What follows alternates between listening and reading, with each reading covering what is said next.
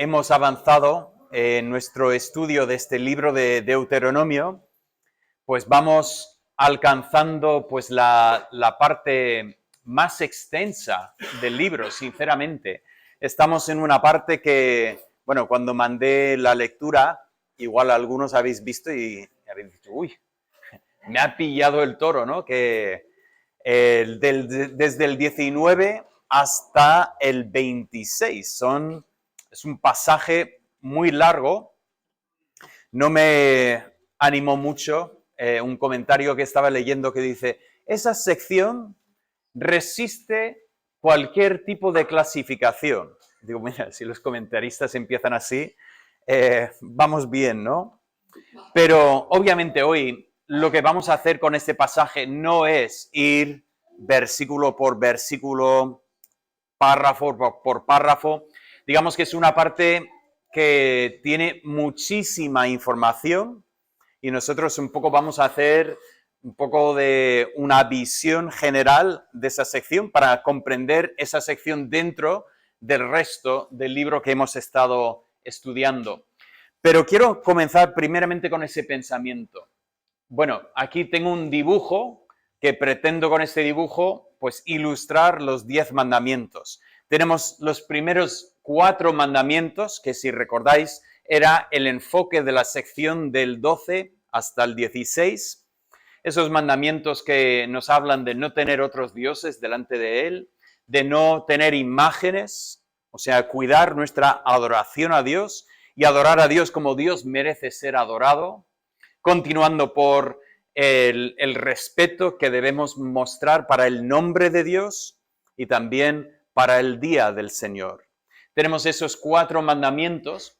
Luego, la semana pasada, nosotros enfocamos en este 5.º mandamiento, que lo llamé la semana pasada la bisagra, porque de alguna manera nos da una transición entre los primeros 4 mandamientos y ahora los siguientes mandamientos. Ese es el mandamiento de honrar a padre y madre, que se extiende más allá del hogar y también incluye las autoridades que Dios ha establecido sobre nosotros, sea las autoridades civiles o las autoridades en el trabajo o llegando a lo que son las autoridades del gobierno sobre nosotros. Merecemos o debemos respetar estas autoridades dentro del plan de Dios, siempre y cuando no nos piden ir en contra de lo que Dios ha mandado en su palabra.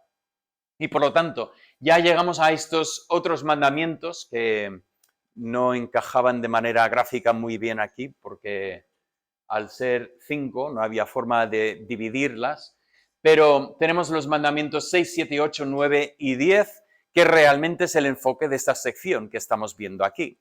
Y si recordamos un poco esa pregunta que le hicieron a Jesús, esa pregunta trampa que venía así para intentar hacerle tropezar, ¿cuál es el gran mandamiento? Pensando que si Jesús decía que el gran mandamiento era no matarás, entonces se podría contestar, pero entonces ese otro mandamiento no es tan importante, y de alguna manera intentar pillar a Jesús en esa trampa. Y Jesús contesta de la siguiente manera, el gran mandamiento, el mandamiento más importante es, amarás al Señor tu Dios con todo tu corazón, con toda tu alma, con toda tu mente. Esa es una cita de Deuteronomio, pero obviamente no proviene de esos 10 mandamientos. Más bien, si lo pensamos, si de verdad amáramos al Señor y ese amor ocupara toda nuestra mente, todo nuestro corazón, toda nuestra alma, todas nuestras fuerzas, podríamos matar, robar, maldecir. ¿Podríamos hacer esas cosas si realmente nuestro corazón perteneciera al Señor 100%? La respuesta obvia es no, obviamente que no. Pero Jesús continúa y dice, y el segundo mandamiento, que no le habían pedido 2 mandamientos, pero el Señor dice 2 por 1 hoy. El segundo mandamiento es parecido, dice, amarás a tu prójimo como a ti mismo. Entendemos que de alguna manera Jesús también está mirando estos mandamientos diciendo, los primeros mandamientos van orientados a Dios Y ese es el gran mandamiento, ama al Señor con todo tu alma, con todo tu corazón. Dice, pero el segundo mandamiento, otro general, amarás a tu prójimo como a ti mismo. Y una vez más, pregunto, si amáramos a otros tal como amamos a nosotros mismos, ¿mentiríamos? ¿Codiciaríamos lo que tienen los demás? Y una vez más, la respuesta obvia es no. Es que estaríamos contentos que esa persona tuviera lo que podríamos desear tener nosotros. ¿Por qué? Porque qué bien que lo tiene esta persona y lo puede disfrutar si de verdad amáramos como nosotros amamos a nosotros mismos. Bueno, vamos a coger ese segundo mandamiento hoy porque realmente todo este pasaje nos devuelve a ese pensamiento de cómo nos relacionamos con nuestros prójimos. Bien, entonces, tengo este dibujo que recoge desde el capítulo 5 hasta el 26. Nosotros hoy estamos aquí en el gobierno civil y los asuntos personales y domésticos que encontramos en estas leyes básicamente entre el 19 y el 26. ¿Recordáis la semana pasada miramos los líderes pensando en este quinto mandamiento y la semana anterior vimos la adoración pensando especialmente en los 4 mandamientos que habíamos visto al principio? Bien, pues vamos a entrar en este pasaje y ver lo que podemos hacer. Bueno, primeramente, es verdad que la sección resiste la organización, pero estoy muy convencido de que realmente hay una estructura. O sea, no es que Moisés esté ahí, bueno, saco un tema, otro tema.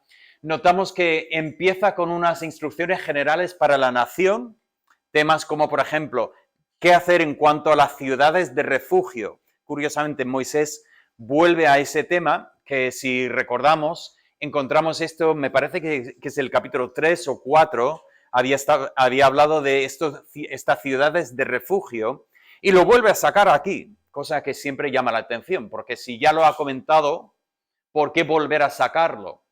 Pero bueno, es una instrucción general para la nación, eso no es una ley personal, esto es algo para el gobierno. ¿Qué son las ciudades de refugio? Pues esos son lugares donde imaginamos que tú estás trabajando con tu amigo, con tu vecino, con tu cuñado, y de repente en un accidente de trabajo algo va mal y fallece la persona. Imagina que tú estás manteniendo la cuerda y de repente la cuerda se rompe y el árbol cae, ¡pum!, justo encima de tu amigo, de tu vecino. Y para esa familia, ellos te van a mirar como un asesino, pero dices, no soy asesino, era un accidente, lo puedo explicar todo. Entonces, tenías una ciudad donde ir y dentro de esta ciudad estabas seguro y salvo hasta que un juez pudiera escuchar el caso y determinar efectivamente que no ha sido un asesinato, ha sido un accidente. Y si no fuese accidente, también el juez podría determinar esto. Cosa que luego después habla de la guerra. Cuando vais a la guerra, ¿qué tenéis que hacer en cuanto a la guerra? Y luego después, cuando llegamos a esa parte, en el 25 y 26, también vemos otras instrucciones específicas que están relacionadas con lo que es la nación. Bueno, esa estructura lo hemos comentado muchas veces, el quiasmo, está basado en la palabra de la letra X en griego, que es ki, y por lo tanto ya vemos un poco, por lo menos en la parte izquierda, lo que sería la X en esa parte. Bueno, tenemos leyes sobre la familia, sobre todo esposas e hijos, y cuando llegamos aquí a esta parte notamos que habla de viudas y huérfanos, pero realmente estos son los marginados de la sociedad, las personas en peligro porque no tienen la red social que gozan otras personas en la sociedad. Entonces también incluye a los extranjeros. Continuando en el 22 tenemos leyes sobre la propiedad, pensando específicamente en cómo manejamos lo que nos pertenece y lo que pertenece a otra persona. Estas leyes un poco recogen dos mandamientos. Primeramente, no hurtarás, igual no usamos la palabra hurtar mucho, pero no robarás. Bien, tenemos que respetar la propiedad de otros. Y luego el último mandamiento, no codiciarás. Ese también el pensamiento de la propiedad de los demás. En vez de querer lo que tienen los demás, de tener esa envidia que, ¡buah! Yo quisiera tener. No, debemos tener ese respeto para la propiedad de los demás. En el 24 también volvemos a ese tema, esta vez hablando de prendas, he puesto prendas y pagos.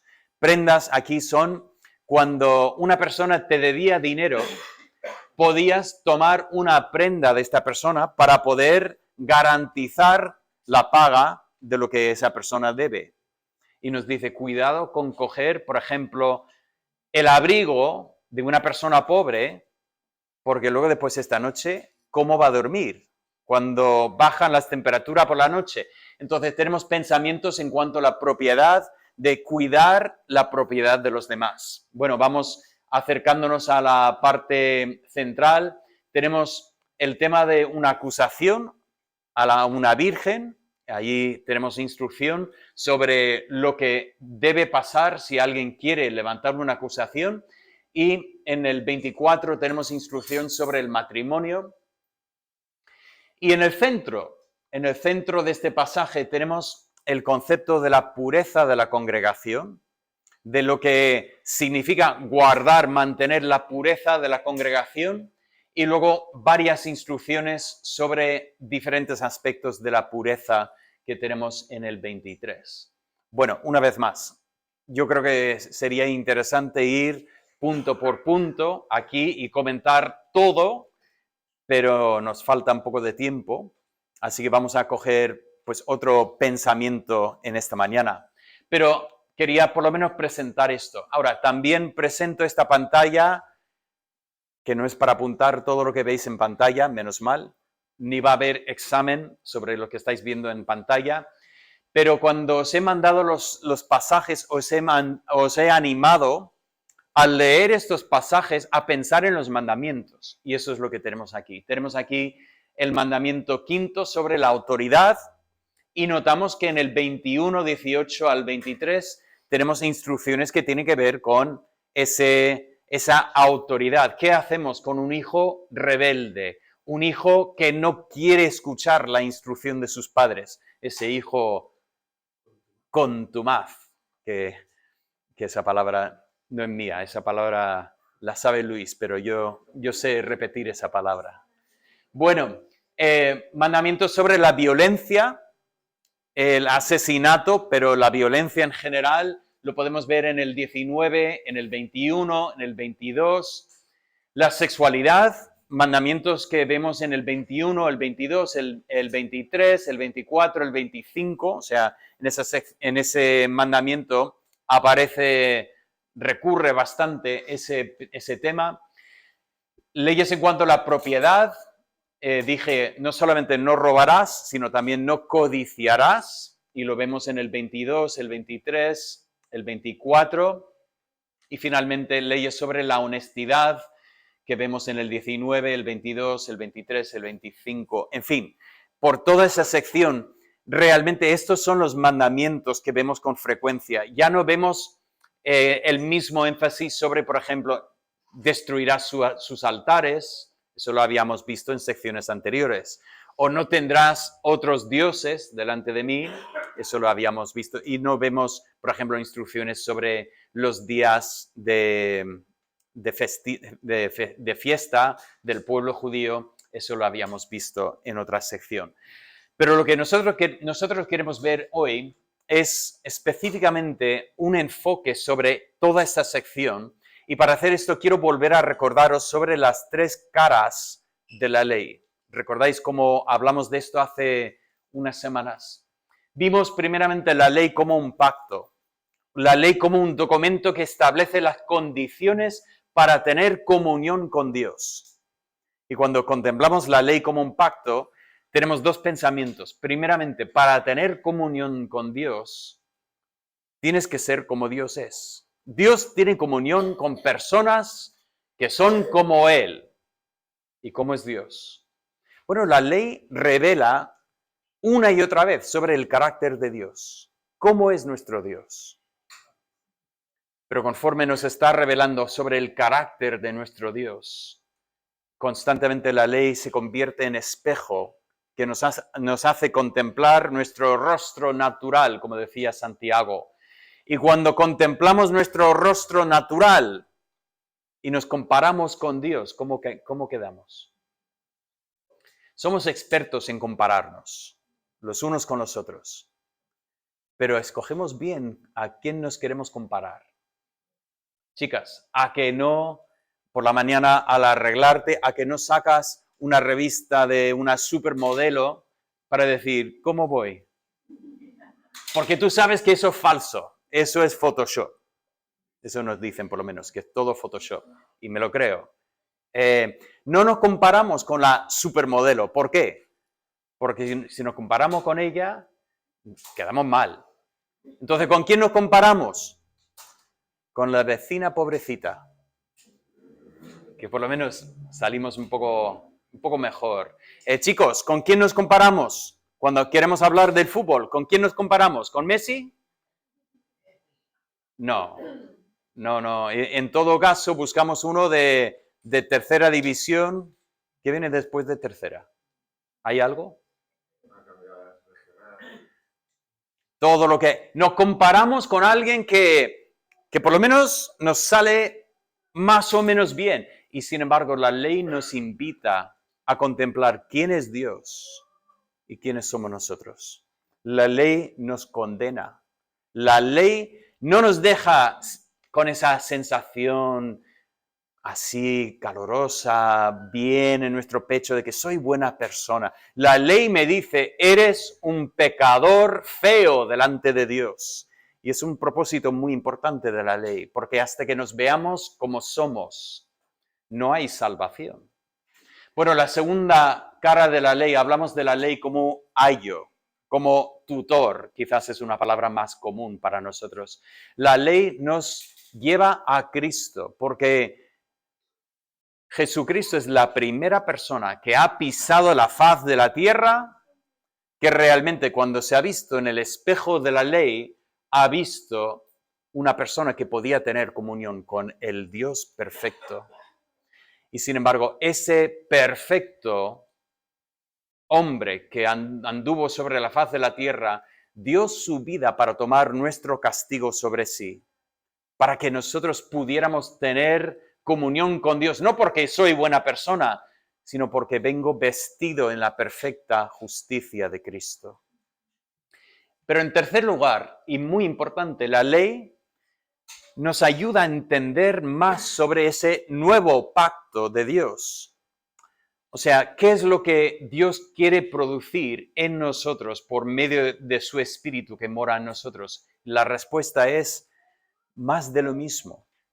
O sea, es importante entender que no podemos leer Deuteronomio y directamente intentar hacer todo lo que dice Deuteronomio, porque esto es el pacto, eso es el antiguo pacto, pero Dios ha establecido un nuevo pacto, pero lo que Dios quiere hacer en este nuevo pacto es algo que se construye sobre el mismo modelo. Por lo tanto, los principios que encontramos aquí en la ley sí que son aplicables a nosotros, y esto es lo que nosotros vamos a hacer en esta sección. Tengo 3 principios claves en esta sección que podemos aplicar a nuestras vidas en base de lo que tenemos aquí. Primeramente, el primer punto es que tenemos que lidiar con el pecado.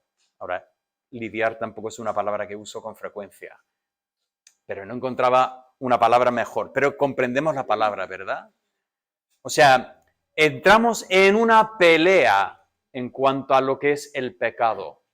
No nos acomodamos para decir, bueno, es que así es, total. No, estamos en plan de guerra para decir, da igual cómo soy. Yo sé cómo el Señor quiere cambiarme. Yo sé lo que el Señor quiere hacer en mi vida y por lo tanto, activamente estoy en la lucha para poder obedecer al Señor. Vemos una frase repetida. La frase es, quitarás el mal de en medio de ti. La frase aparece unas 9 veces en Deuteronomio. Quitarás el mal de en medio de ti. Dios está diciendo, mira, aquí tenéis algo y eso no tiene lugar en vuestro pueblo, en vuestra nación. No debe haber esto. ¿Qué es? Bueno, si volvemos atrás al 13, al 17, encontramos que el falso profeta no tiene lugar de cabido dentro del pueblo de Dios. Ese que se levanta y anuncia un mensaje que es contrario al mensaje de Dios. Dice, esto no debe estar entre vosotros. Fuera, fuera. Si pensamos, eso corresponde con el primer mandamiento, no tendrás otros dioses. Entonces, el que está enseñando otro Dios no tiene lugar en el pueblo de Dios. Pero quiero enfocar más bien en esta sección. En el capítulo 21 tenemos la ley sobre un hijo rebelde. No sé si al leer este pasaje igual ha sido un poco de sorpresa ver que por la rebeldía podría caer la pena de muerte en Israel. Un hijo rebelde contra sus padres podría ser apedreado y llegar a morir por su pecado. Dios está diciendo, lo tomo muy en serio. Eso de que tenéis que honrar a vuestros padres es súper importante para mí. Por lo tanto, me llama la atención en Romanos. Pablo empieza a hablar de esta lista de pecados en Romanos. Está hablando de pecados que hasta relativamente poco nuestra sociedad en general tenía como graves pecados. Tristemente hoy en día se ha reordenado todo el pensamiento y hoy por hoy hay orgullo sobre estos mismos pecados. Pero en medio de esta lista de pecados, Pablo inserta la desobediencia a los padres. Y nos llama la atención porque dices, tampoco está en serio, ¿no? Porque total, ¿quién no ha desobedecido a sus padres? Todos, en algún momento, hemos desobedecido a nuestros padres y Dios lo toma en serio. Dios dice, eso no me agrada a mí, tanto que comento un hijo contumaz, llevarlo y apedrearlo. Muy fuerte, pero Dios está diciendo, no debemos aceptar la presencia del pecado entre nosotros. Pasamos por el siguiente, el asesino. En el capítulo 19, habla del asesino. ¿Y qué más? Llévalo, sácalo, saca el mal que está en medio de vosotros. Un adúltero, lo tenemos en el 22, 3 veces lo repite. Quitarás el mal que está en medio de vosotros. En cuanto al 8º mandamiento, el ladrón, en el 24:7, aquí habla no solamente del el que quita los bienes, sino que habla específicamente de uno que ay, se me fue la palabra, que rapta a una persona y realmente lo mete en la esclavitud. Dice, esa persona hay que quitar el mal de en medio de vosotros. Y finalmente, hasta el mentiroso. El mentiroso. Bien, nosotros hacemos las mentiras blancas, ¿no? Hacemos esas mentirillas que no pasa nada. La Biblia realmente no tiene ese cobijo para nosotros para decir, bueno, pero no pasa nada. Yo solo miento en cosas pequeñas. La Biblia no abre la puerta para esto. Pero qué curioso, nos habla de una persona que miente en una causa judicial. Dice, tal y tal ha hecho algo. Dice, si resulta que esa persona estaba mintiendo contra esta persona, pues el castigo que le hubiera caído a esta persona va a caer sobre esta persona. Y así quitas el mal que está en medio de vosotros. Ahora, antes de avanzar, a ver si estamos todos en la misma página. Estoy diciendo que como iglesia deberíamos matar a cualquier persona que entra dentro de esta lista. Estamos en la misma página, ¿no? No estoy diciendo esto para nada, que no salga nadie de aquí diciendo qué fuerte el pastor hoy decía que teníamos que matar a gente. No he dicho eso, ni nos está diciendo la palabra de Dios esto. Una vez más, sería un error leer Deuteronomio y de manera literal intentar aplicarlo a nuestra situación, porque no estamos bajo ese pacto, estamos bajo gracia, ni tampoco estamos bajo esas leyes, más bien tenemos leyes del Reino de España, y esas son las leyes que debemos respetar y obedecer. Bien, pero todo esto para decir, hay algo que Dios nos está enseñando aquí en esta sección. ¿Qué es? Bueno, noto que primeramente Pablo en 1 Corintios hace eco exacto del lenguaje de Deuteronomio en el capítulo 5, cuando dice, porque a los que están fuera Dios juzgará, quitad pues a ese perverso de entre vosotros. ¿De qué está hablando Pablo aquí? Está hablando de una situación en la iglesia en que uno aparentemente ni se había casado, pero había tomado a la que era la esposa de su padre. Así que no era su madre, era su madrastra. Pero estaba viviendo con su madrastra, cosa que hasta el mundo mira y dice, eso es raro, eso no es normal. Y sin embargo, parece que en la iglesia tenían hasta orgullo de decir, nosotros no juzgamos a nadie, y si éste quiere estar ahí en una relación con su madrastra, pues bien, lo que cada uno quiera.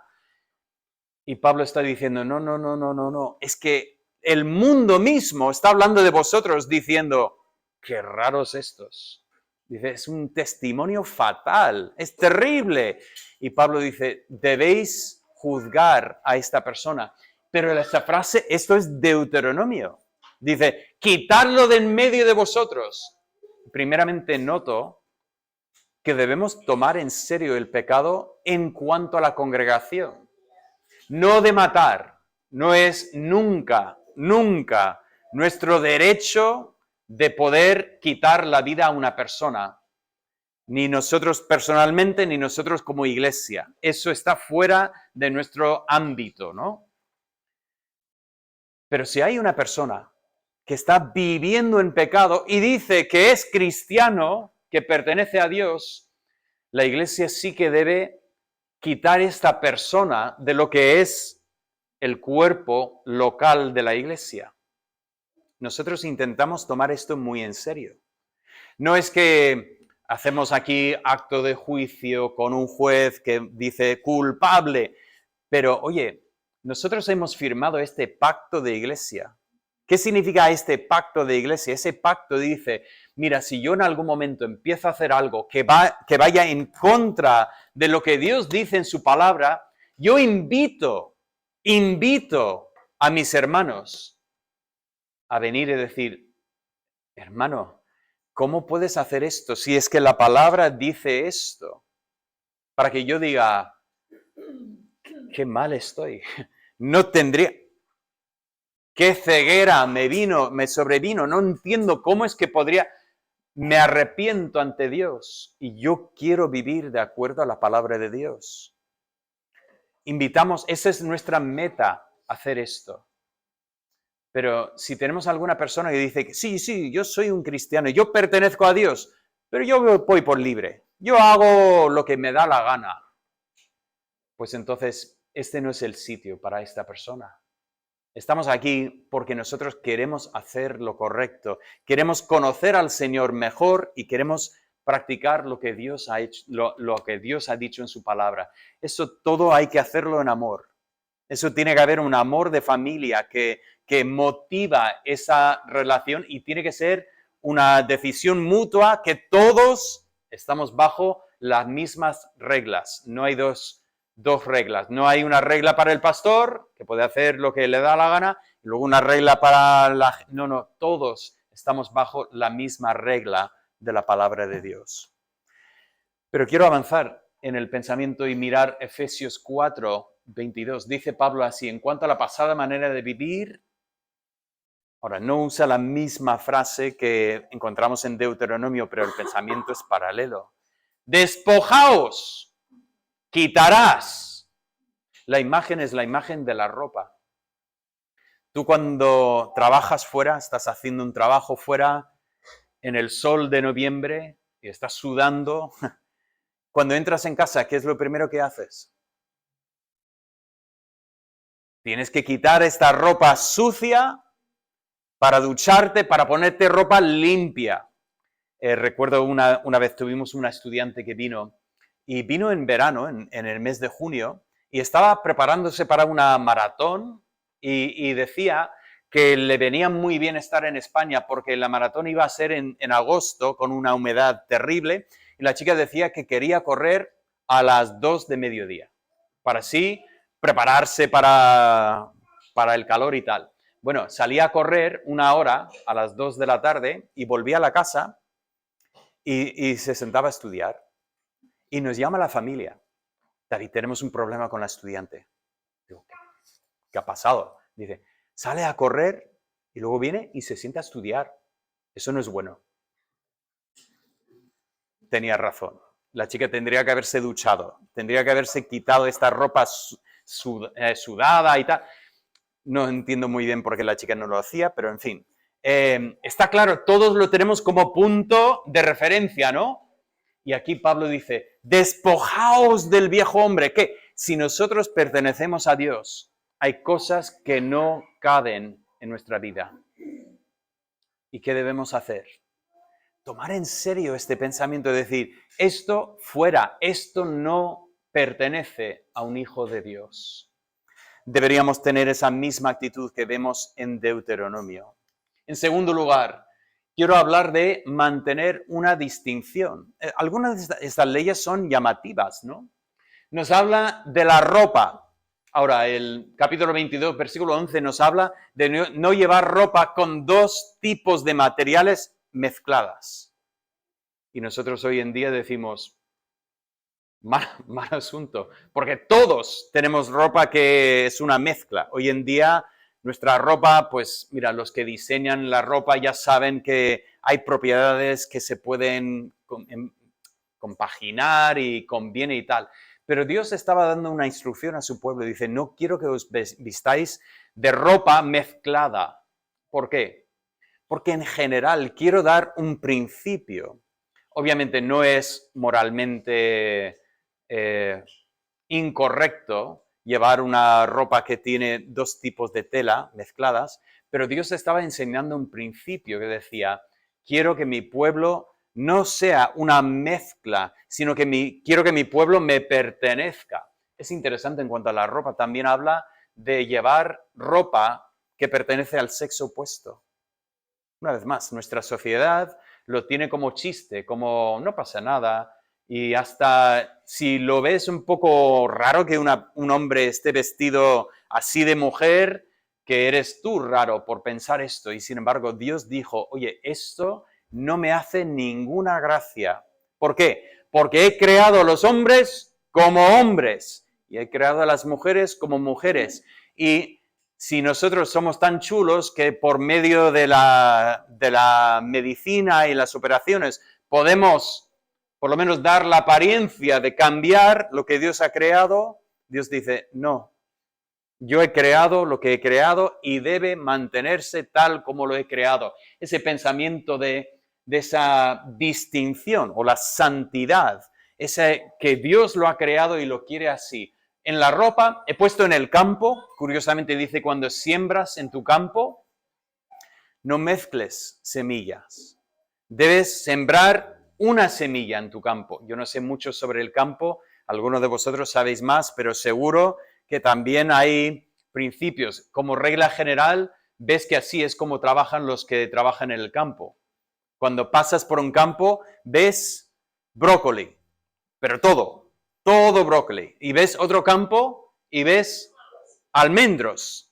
Y todos son almendros. O sea, ese pensamiento, Dios dice, así quiero esa distinción. Incluso, dice, no debéis poner a un buey y un asno en el mismo yugo.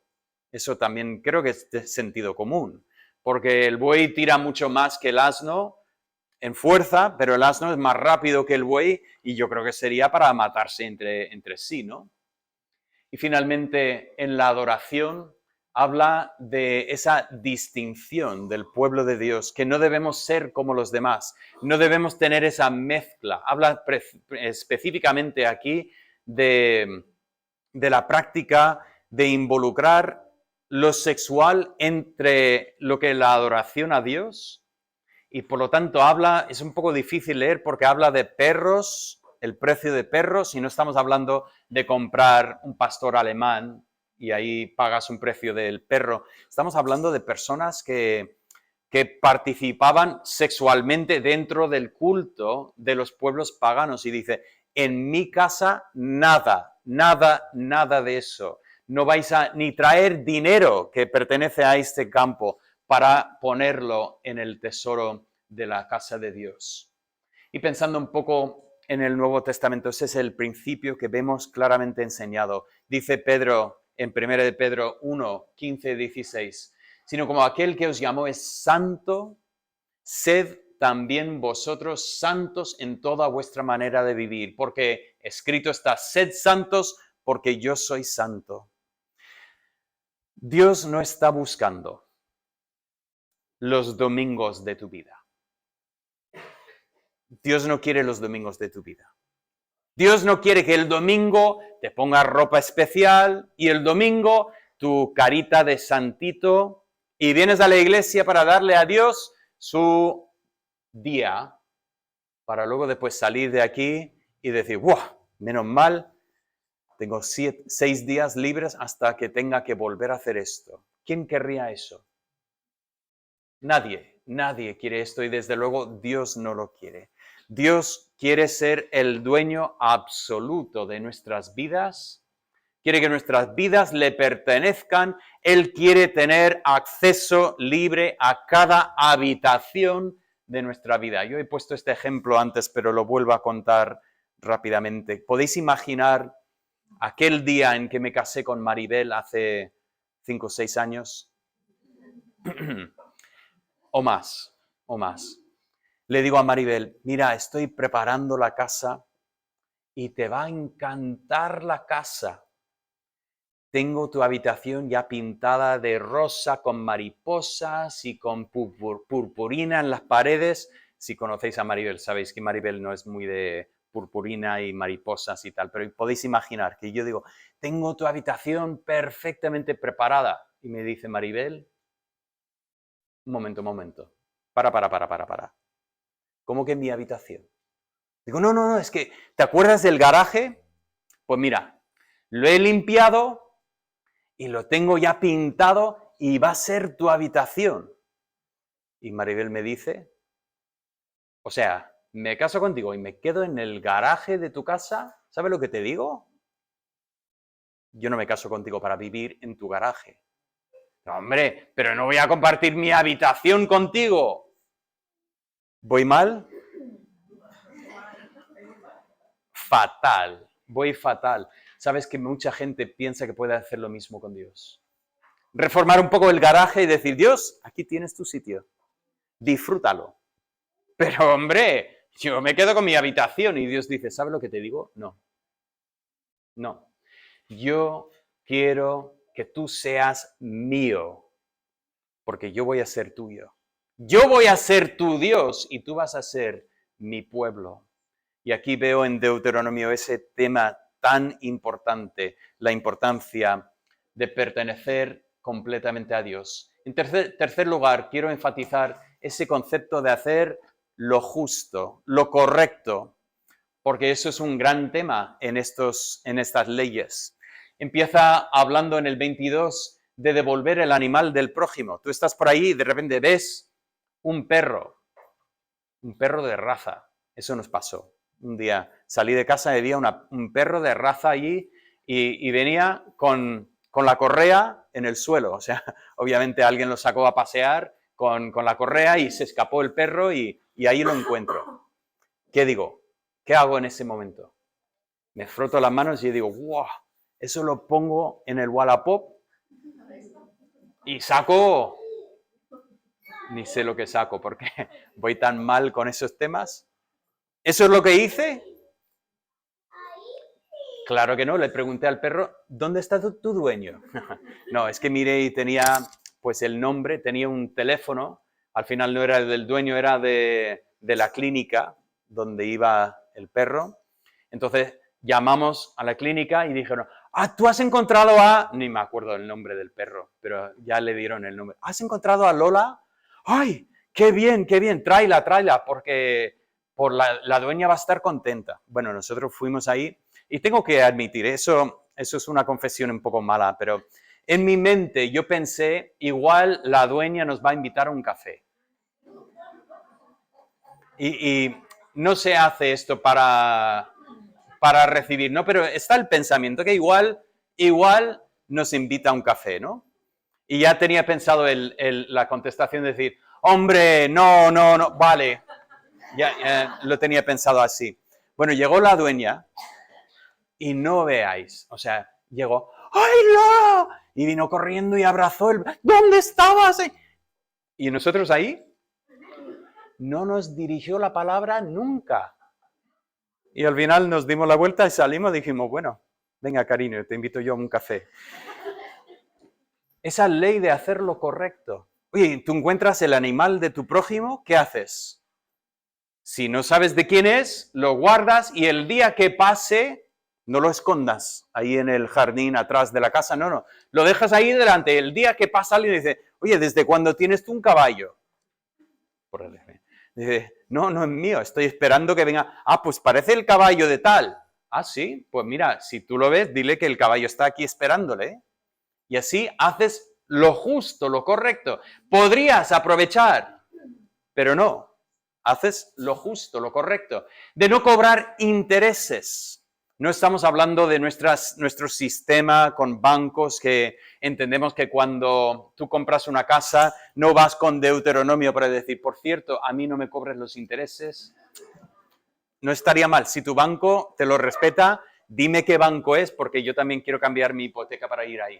Pero ese pensamiento de mi hermano tiene necesidad y yo tengo para prestarle. Y digo, bueno, ya que voy a ayudarle, quiero recibir unos beneficios también, así que le voy a poner intereses encima. Dice, Dios, debes hacer lo justo. Debes tratar a tu hermano como quisieras que tu hermano te tratara a ti. En el 23 leo de no aprovecharse del prójimo y de la propiedad del prójimo. Tú estás paseando por el campo de tu vecino y tiene unas parras con uvas preciosas y dice, puedes comer. Lo que no puedes hacer es meter en los bolsillos. Bueno, habla de una bolsa o algo así. Pero, oye, ¿tienes hambre? Puedes comer. ¿Cuánto vas a comer? No mucho, ¿no? Un par de uvas, vale, un par. Yo digo un par, eso significa 20 o 30. Pero Maribel siempre me recuerda que un par son 2. Bueno, Cristo hacía esto con los discípulos. Iban pasando por un campo de trigo y cogieron en la mano y comieron. ¿No era su trigo? Sí, pero la ley permite esto. Pero cuidado, no intentes aprovecharte. No estamos hablando de acercar tu Renaronce, abrir atrás y meter todo el árbol de naranjas para luego ir al mercadillo a venderlos 5 kilos, 50 céntimos. Algunos sabéis de qué hablo ahí. Bueno, prendas y pagos, hablamos de esto ya, el pensamiento de hacer lo justo, de no tomar la chaqueta de un pobre cuando él necesita esta chaqueta esta noche. Cuidar a los marginalizados, las viudas, los huérfanos, los extranjeros, de tenerlos en cuenta, intentar ayudarles, de hacer justicia en las sentencias. Cuidado, eres un juez, haz lo que es justo, lo que es correcto, no sobrepases en lo que es el juicio. Y finalmente la honestidad en el negocio. Cuidado con tener una balanza trucada. Yo tenía el bis abuelo, que yo sé que se dice de otra manera, pero esa palabra tatarabuela nunca me sale bien. Entonces, bueno, él era un mercader en Turquía. Estamos hablando de hace muchos años. Y era un hombre que tenía las balanzas falsas. Y cuando él vendía, no era 1 kilo, pero cuando él vendía 1 kilo de algo, nunca era 1 kilo del todo. Lo había así modificado las pesas para que siempre le favoreciera a él. Lo bonito que se cuenta en la familia es que cuando él conoció al Señor, volvió buscando a toda la gente que él había engañado para decirles, tengo que darte más porque yo te había engañado en mi negocio. Qué bonito el pensamiento, ¿no? Una persona que dice, quiero hacer lo justo delante de Dios. Ese pensamiento es un pensamiento obviamente que podemos comprender y aplicar a nuestras vidas. En Mateo, Cristo dice, vosotros sois la luz del mundo. Vosotros sois una luz para este mundo. Y cuando ellos ven vuestras buenas obras, cuando ve el mundo que estáis haciendo lo justo y lo correcto, ¿qué deben hacer? Cuidado, el pensamiento no es así, os van a decir, qué buena persona que eres. ¡Wow! Que me encanta ver a personas como tú. De vez en cuando alguna persona nos dice eso. Y bueno, puede que dé gusto, ¿no? Que una persona reconozca esta de nosotros, pero esa no es nuestra meta. Y de hecho, si alguien nos dice esto, deberíamos contestar enseguida y decir, es que el Señor realmente ha cambiado mi vida. Cuidado con decir, sí, pues sí. Sí, es que si todo el mundo fuese como yo, sí, el mundo sería un mejor sitio. Cuidado, tu propósito aquí es para ser una luz en el mundo y cuando la gente ve vuestras buenas obras, deben glorificar a vuestro Padre que está en los cielos. Ese pensamiento que también de Efesios 4, lo comenté ayer para los que estabais, o 1 Tesalonicenses 2:12, esa frase, andar como es digno de Dios. Ese pensamiento de que hay comportamientos que no pertenecen al Hijo de Dios, pero hay comportamientos que deben ser parte de la vida de un creyente y nosotros debemos vivir de esta manera. Ahora, llegamos ya veis que hemos corrido, hemos visto por encima todas estas leyes, pero ¿qué es lo que nos está enseñando? Bueno, primeramente, veo este pasaje y el gran pensamiento que quiero que saquemos de aquí es el pensamiento que nuestra relación con Dios ha de transformar nuestra forma de vivir. ¿Correcto? Si tú conoces a Dios, si estás en una relación con Dios, debe notarse en tu vida. Eso es el pensamiento de este pasaje. No me digas que tienes un pacto con Dios, que tú eres del pueblo de Dios y vives como el diablo. Es que no cuadra, no lo acepto. Pero pensando en esto, recordando estas caras de la ley, la pregunta es, hemos llegado al punto en que nos damos cuenta de que sin la ayuda de Dios es imposible que realmente quitemos lo que debemos quitar, que seamos completos y sinceros delante de Dios y que actuemos de una manera que es justa. Es imposible que lo hagamos. Todos somos pecadores y todos tropezamos. Como dice Santiago, todos ofendemos, hablando específicamente de la lengua. Y dice, si alguien no ofende en la lengua, pues sería un hombre perfecto. No existe esta persona, pero se aplica a todos los ámbitos de la vida. Todos somos pecadores delante de Dios. Es muy importante que yo enfatice este mensaje porque no estoy predicando de Deuteronomio para decir, debemos todos ser mejores personas. Vamos a salir por estas puertas y nos vamos a esforzar y vamos a intentar ser buenas personas. Eso es un mensaje de fracaso, porque todos vamos a fracasar. Mi mensaje es que tenemos un tutor que vino y es el ejemplo perfecto, pero no solamente es el ejemplo, es que murió para darnos esta relación, ese nuevo pacto con Dios, que no está basado en lo que nosotros hacemos, está basado en lo que Él hizo por nosotros.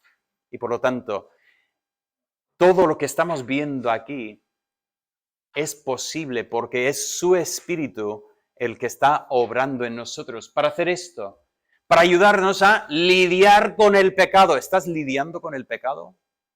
Tú tienes aspectos de tu vida que sabes que te atacan, tropiezas en estas maneras y dices, no quiero tropezar más, voy a tomar esto en serio, voy a tomar medidas para que yo no caiga en estas tentaciones, para que mi vida no dé esa mala fama a Dios. Deberíamos todos tener ese pensamiento del Señor, de lo que hay en mi vida que tú quieres quitar, quítamelo.